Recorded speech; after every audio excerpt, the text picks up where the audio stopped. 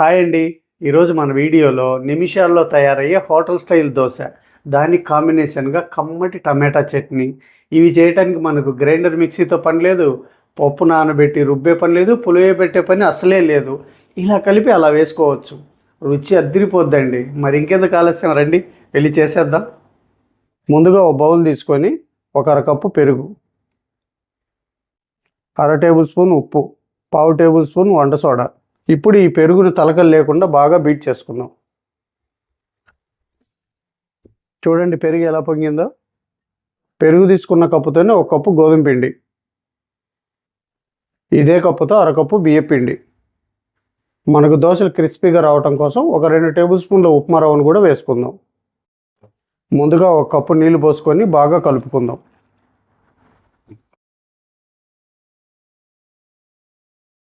మనకి పిండి తేలిక పడేటట్టు ఒక 2 నిమిషాలు బీట్ చేసుకుందాం. చూసారు కదా, మనకు పిండి అనేది తేలిక పడింది. ఇప్పుడు ఈ పిండిని ఒక 10 నిమిషాలు పక్కన పెట్టి చట్నీని ప్రిపేర్ చేసుకుందాం. ఇప్పుడు స్టవ్ మీద ఒక కళాయి పెట్టుకొని 2 టేబుల్ స్పూన్లు ఆయిల్ వేసుకుందాం. ఆయిల్ కొద్దిగా వేడైన తర్వాత కట్ చేసుకున్న ఒక 10 పచ్చిమిర్చి, అలాగే 4 వెల్లుల్లి రెబ్బలు, అర టీ స్పూన్ జీలకర్ర, 5-6 ఎండుమిర్చి. ఇప్పుడు స్టవ్ని సిమ్లో పెట్టుకొని వేపుకుందాం. మిరపకాయలని ఇలా వేపుకున్నాం కదా, ఇప్పుడు ఇందులో సన్నగా కట్ చేసిన 3 పెద్ద సైజు టమాటాలు, ఒక రెబ్బ కరివేపాకు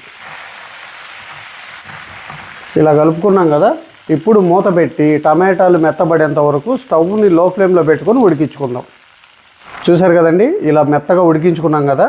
ఇప్పుడు ఇందులో ఒక రెబ్బ చింతపండు, ఓ చిటికెడు పసుపు ఒకసారి కలిపేసి స్టవ్ ఆఫ్ చేసుకొని చల్లార్చుకుందాం. ఇప్పుడు మిక్సీ జార్ తీసుకొని ఈ చల్లారిన ముక్కల్ని మిక్సీ జార్లో వేసుకుందాం. ఇప్పుడు ఇందులోనే ఒక అర టేబుల్ స్పూన్ ఉప్పు, అలాగే కొత్తిమీర, కొద్దిగా నీళ్లు వేసి మెత్తగా గ్రైండ్ చేసుకుందాం. ఇలా మెత్తగా గ్రైండ్ చేసుకున్నాం కదా, ఇప్పుడు బౌల్లోకి తీసుకుందాం.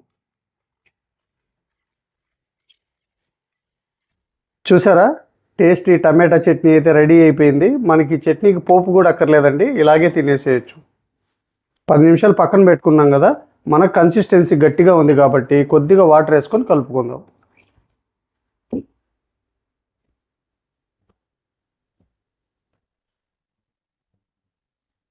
కన్సిస్టెన్సీ చూడండి, మనకు దోశ వేసుకోవడానికి ఈ కన్సిస్టెన్సీ కరెక్ట్గా సరిపోతుంది. మనకి ఈ పిండి కలుపుకోవడానికి 1.5 కప్పు నీళ్లు పట్టాయి. పెన్నం వేడైందండి. మనం ముందుగా పెన్నాన్ని బాగా వేడి చేసుకోవాలి. ఇప్పుడు స్టవ్ని మీడియం ఫ్లేమ్లో పెట్టుకొని దోశలు వేసుకుందాం. ఈ దోశల్ని మన ఇంట్లో పిండి రుబ్బుకొని ఎలా వేసుకుంటామో అలాగే వేసుకోవచ్చండి. చూసారా దోశలు ఎంత చక్కగా వస్తున్నాయో, చాలా సింపుల్గా వేసుకోవచ్చండి. ఇలా వేసుకున్నాం కదా, ఇప్పుడు కొద్దిగా ఆయిల్ వేసుకుందాం. ఒకవేళ మీరు ఆయిల్ తినను అనుకుంటే ఆయిల్ని స్కిప్ చేసేయండి. ఆయిల్ లేకపోయినా కూడా దోశలు చాలా రుచిగా ఉంటాయి. చూడండి దోశలు ఎంత చక్కగా వచ్చాయో, ఆ కలరు, ఆ టెక్చరు అసలు అచ్చం హోటల్ దోశలాగా ఉన్నాయి. చూసారా, మనం మరొక దోశను కూడా ఇలాగే వేసుకున్నాం. తీయటానికి కూడా చాలా సింపుల్గా వస్తున్నాయండి, కష్టపడకుండా. చూసారు కదండి, మనకు కరెంటు లేనప్పుడు కూడా ఈ దోశల్ని ప్రిపేర్ చేసుకోవచ్చు. ఎందుకంటే మనకు మిక్సీ గ్రైండర్తో అసలు పనే లేదు. ఇలా కలిపి అలా వేసుకోవచ్చు. నేను కలిపిన పిండికి 10 దోశలు వచ్చాయండి. 4 ఉన్న ఫ్యామిలీ కమ్మగా తినేసేయచ్చు. ఎలాగో మన ఇంట్లో ఆవకాయ ఉంటుంది కాబట్టి అసలు చట్నీతో కూడా పని లేదు. చూసారా, ఈ దోశ కూడా ఎంత చక్కగా వచ్చిందో. బాగా చూసారా దోశలు ఎంత క్రిస్పీగా ఉన్నాయో.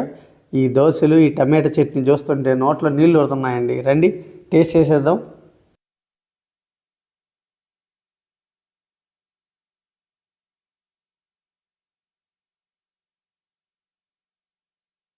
ఈ దోశలకి ఈ టమాటా చట్నీకి అద్దిరిపోయిందండి కాంబినేషను. అసలు ఈ టమాటా చట్నీ కానీ మీరు ఒకసారి చేసుకుంటే పల్లీ చట్నీ, కొబ్బరి చట్నీ పక్కన పెట్టేస్తారు, అంత టేస్టీగా ఉంది. మరి మీరు కూడా నేను చేసిన విధంగా ఒకసారి చేసి అది ఎలా వచ్చిందో నా కామెంట్ సెక్షన్లో చెప్పండి.